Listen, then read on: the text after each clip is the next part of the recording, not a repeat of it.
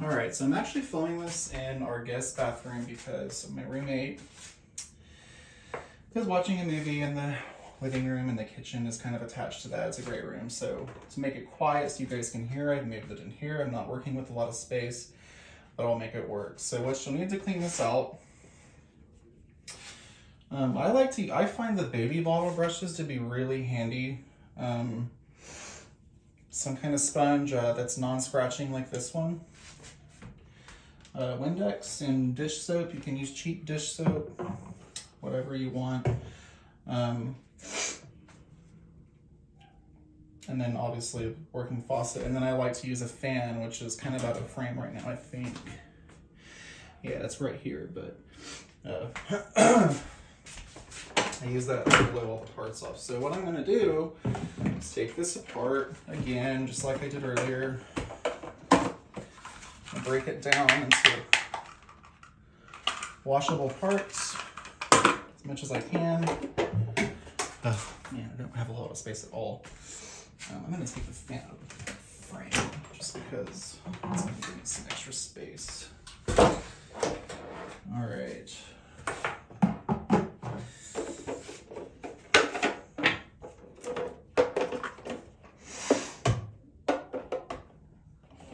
All right, so all these are out of frame, and I'll take this out.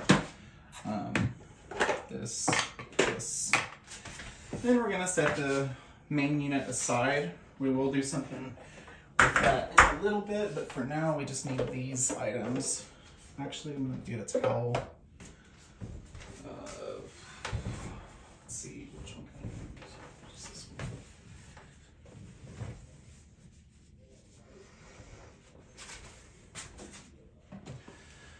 All right.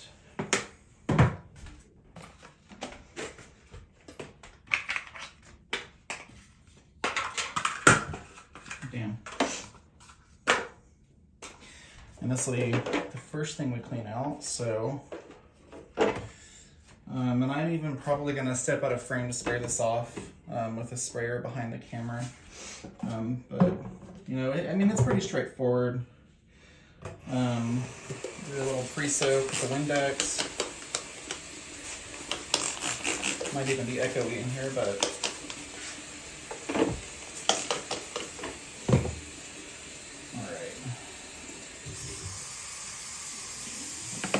Dish soap.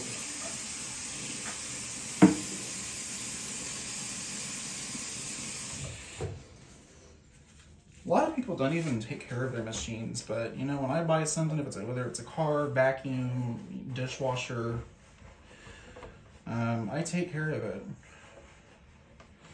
I don't like to spend money on things and then just have it fall apart. It feels like such a waste. I don't like wasting stuff. That's one of the reasons why I bought this vacuum, because I don't like disposable items. It's bad for the environment. Cheaper vacuums just don't seem to filter as well, and I have horrible allergies. This is where you want to clean that seal really well. And by no means am I saying that I take no liability for if you do this and you break something, or you do it wrong, or something doesn't work right. I'm just showing you how I do it.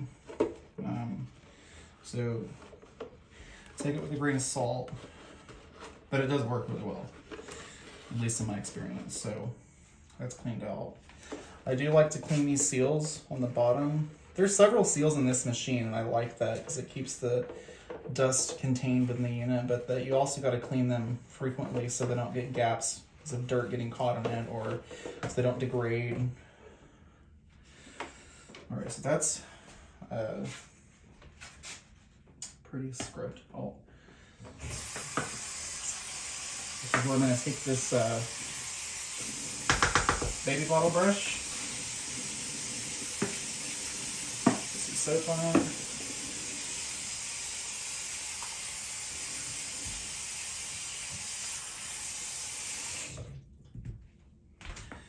And this will help me get into the smaller areas like the seals, little crevices, corners, especially up in here.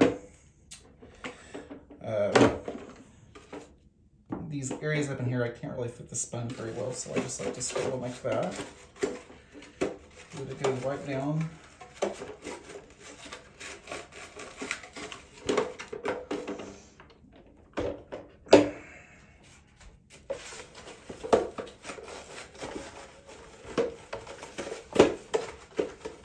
One thing I noticed about cleaning my Dyson out, which has an atrocious build quality to it, it irritates me that Dyson asks $500 for something that is built like a $50 Dirt Devil or Bissell, whatever you want to call it. But I spent $200 on my Dyson, refurbished from Dyson. I felt like $200 was a lot more reasonable. It's hard. You're not going to find a vacuum that's built super well for $200. But the performance of the Dyson, its carpet cleaning performance is actually pretty good. But it's not built anything like a Miele. And another reason why I'm having to use this Miele, or why I'm choosing to use it, is because we have soft carpet now, and the Dyson has no carpet height adjustment. And that means that on soft carpet, I cannot push or pull the Dyson. But this Miele, it does have adjustable suction and carpet height adjustment, and the brush roll on the power nozzle is designed to be soft carpet compatible. So that is one thing that I do like about this Miele. It's truly an all-floor vacuum.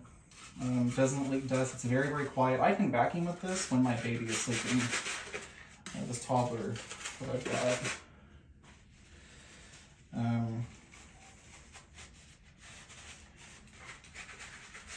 Screen's not too bad. Yeah, it's quiet enough even on its max setting to use when my toddler, my baby Boston is sleeping. Now, Dyson, on the other hand, it's very loud. Very, very, very, very loud. I'll have to set that in hot water. I do use my attachments. I vacuum my pillows, furniture, bed, behind furniture, behind appliances like refrigerator. I like to keep my house pretty clean. I don't clean it all at once with the attachments. I do kind of a room a week really heavily, and then all the other rooms just kind of get a floor vacuuming and minor dusting. I'm OCD like that though. I like things to be clean, and cheap vacuums just do not cut it for me. Another thing that's difficult about the Dyson is that the hose on it is really difficult to use. Very, very awkward. This is very easy on the Miele. Much more user-friendly. That's cleaned out. So I've had this Miele for probably 2 years, and it has never developed a smell. Like I said, I clean this out. I'll take an air compressor to it like once a month, and then I'll deep clean it like this every 3 to 6 months. Depends on how often I'm using it, but since I'm using it daily right now, I'll do that every 3 months or so.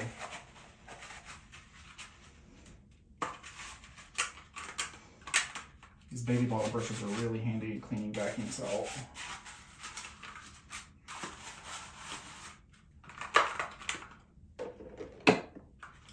Alright, so there's that. I'm going to clean this out. Start with this.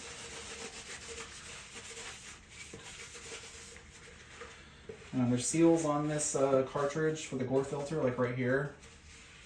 Clean those off and out.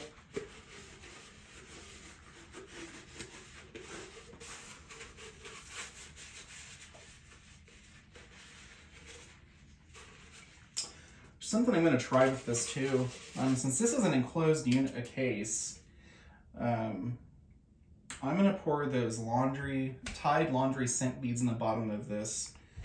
And I'm pretty sure that that'll make the exhaust air coming out of it smell like Tide. I love the smell of Tide.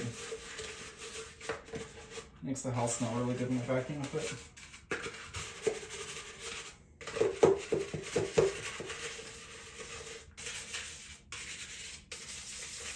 Oh my god, I've got soap splattered all over the mirror.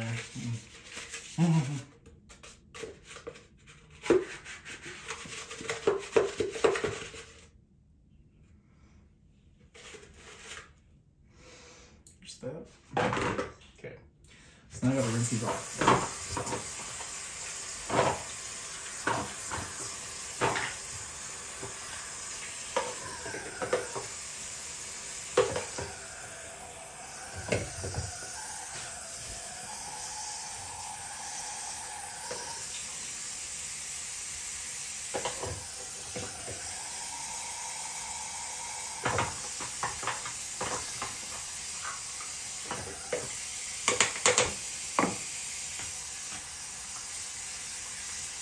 You want to make sure you get all of the soap residue off, because once it dries, it'll turn into this powdery substance, like crystal. And if there's a lot of it, it'll basically be like dust and kind of defeats the purpose of this, especially in the filter if you wash it.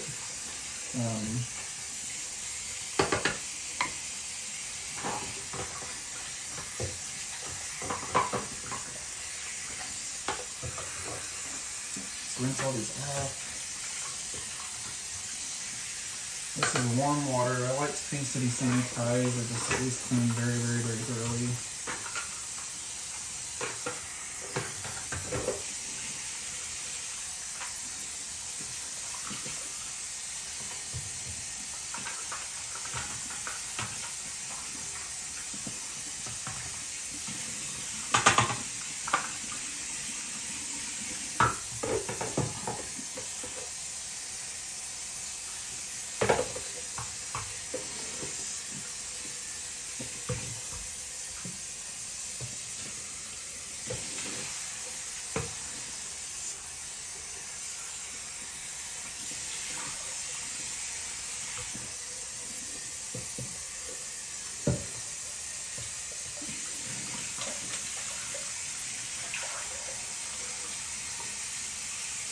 If you wanted, you could even take this apart even further.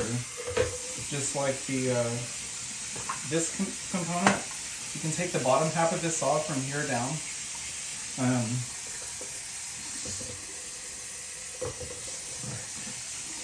One reason that the filter may have frayed is because I did take a brush to it. It wasn't this one though, it was a much softer one. But I don't remember, I checked it, I didn't remember seeing it frayed at the time, but maybe after I washed it again it made it worse and then it was visible. But I just don't know. It'd probably dry faster though if I took this apart. I might do that.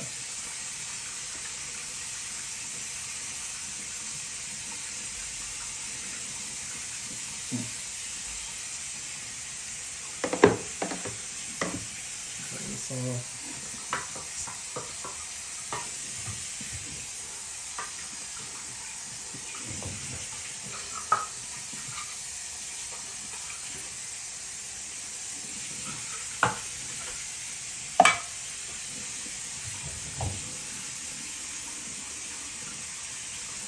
Okay, I'm gonna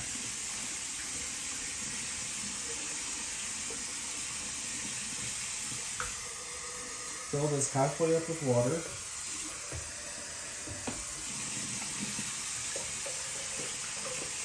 Mila says to fill it with water and then shake it.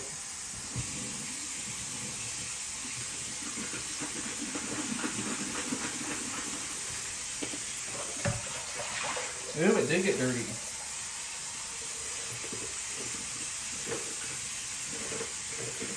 This is the first time I've actually cleaned it with water that dirt came off of it.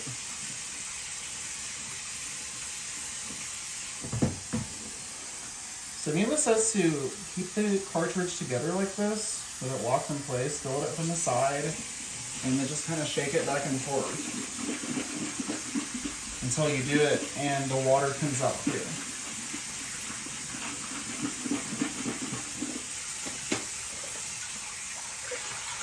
It's a little bit more less discolored.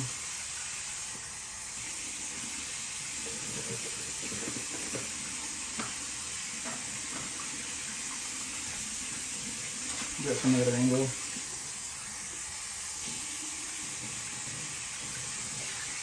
Yeah, it's not gonna go in.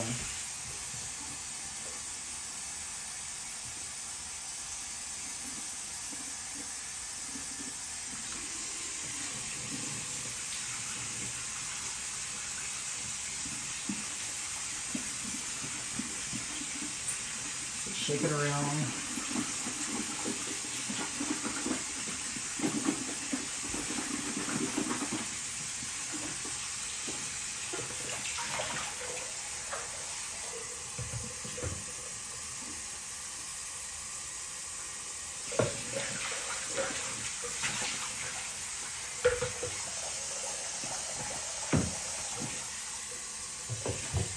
I'll wipe it off again. This was dirty.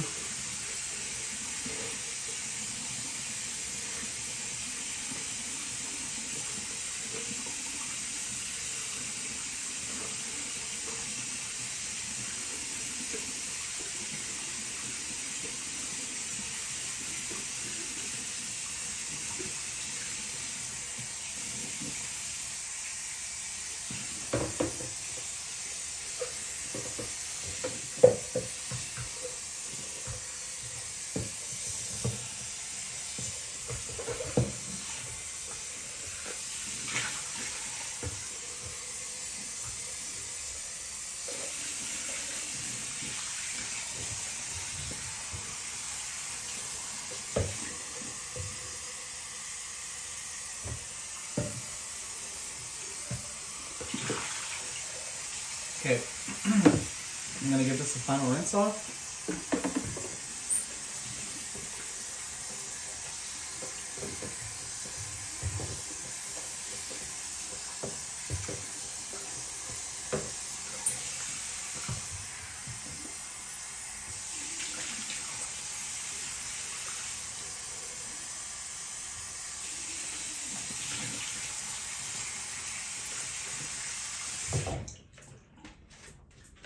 I'm gonna step out of frame and spray the bin off over here with a bigger sprayer. It's gonna be loud.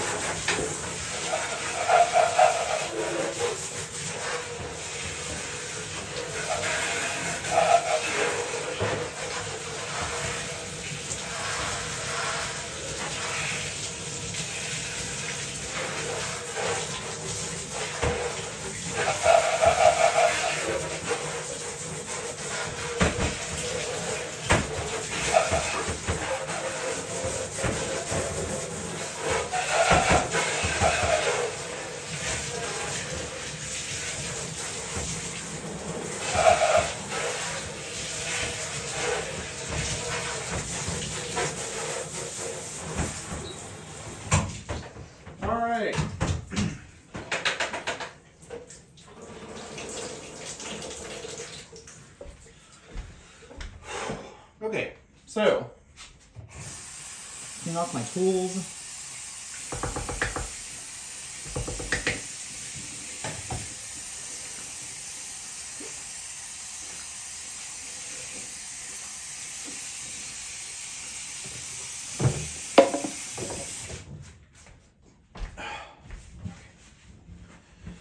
All right.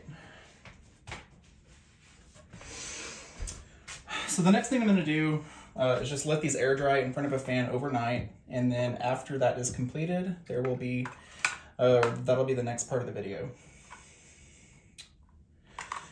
All right.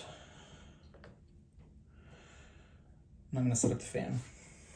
So the first part is using the air compressor. Part 2 is washing these components, and then part 3 will be putting it back together and wiping down the main motor unit on the inside, the seals on the inside of it. And then I will also show you how to put this part back in correctly so that your unit does not leak dust. Some people have an issue with these leaking dust, and I did it first after I took it apart. So like when I bought it for the first 3 months, I didn't see any dust leaking. And then after I take it apart and clean it the first time, it started doing it, and I was mad, but Mila told me that it shouldn't be doing that. They didn't believe me when I called, and they sent me a new dust container anyway, just to appease me, I guess, and it did the same thing after I took it apart and cleaned it. So then I realized it had something to do with how I was putting it back together, and I realized that this piece has to be put back in a very specific way.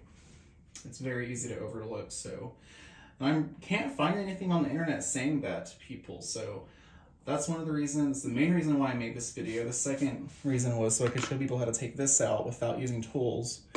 Third reason, show people how to clean this out and put it back together.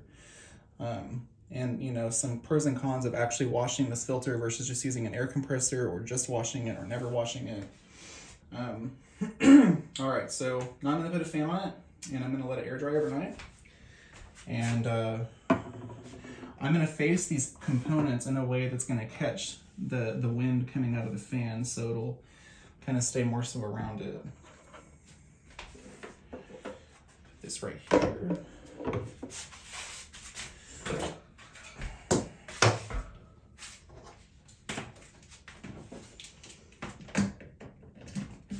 Highest setting I can go, as long as it won't blow the parts off. Okay, I'm gonna move you right there.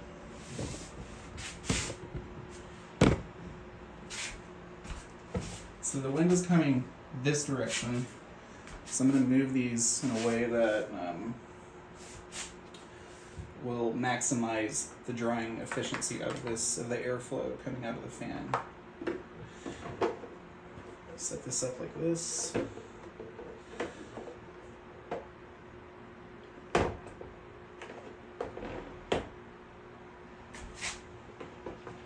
Catch some of the wind, dry it out. Come on. And I'll probably come in here before I go to bed tonight and rotate them, see how things are going. Kind of want to lean everything so the air can get up inside of it, but not to the point it's going to fall over and air won't be able to drain down out of it.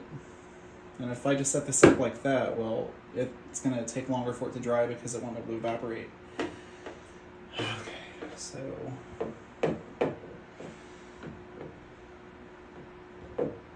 come on, just okay, there we go. Set that like that.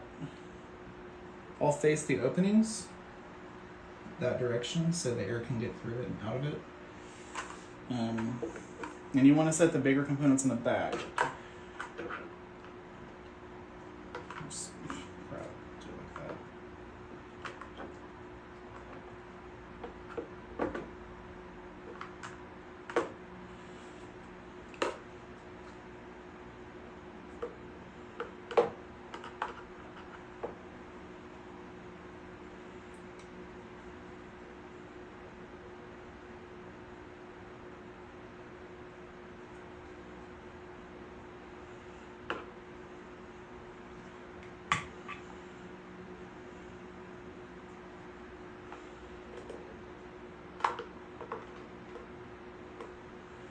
It really didn't take long to wash that filter.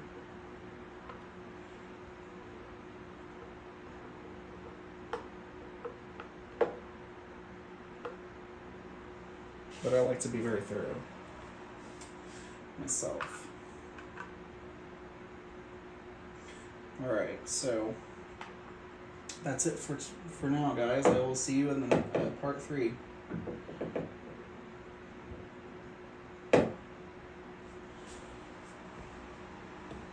There's the finished setup. So I've got all of these parts faced the right direction, so the airflow will go straight into it. The camera, there we go, was not focusing. I've noticed that some people don't like the fact that these dust bins get kind of cloudy, and the reason why they do that is because the dirt, fine dust will swirl around in them and kind of erode the inside of this plastic over time. But if you don't like that and you're really OCD about things like me looking clear and perfect and new forever, you can take a ceramic coating, just like they use for vehicles, and coat the inside of it and outside. You can even do the whole vacuum if you want, like the painted parts, like the white, and it will keep it looking factory fresh for years.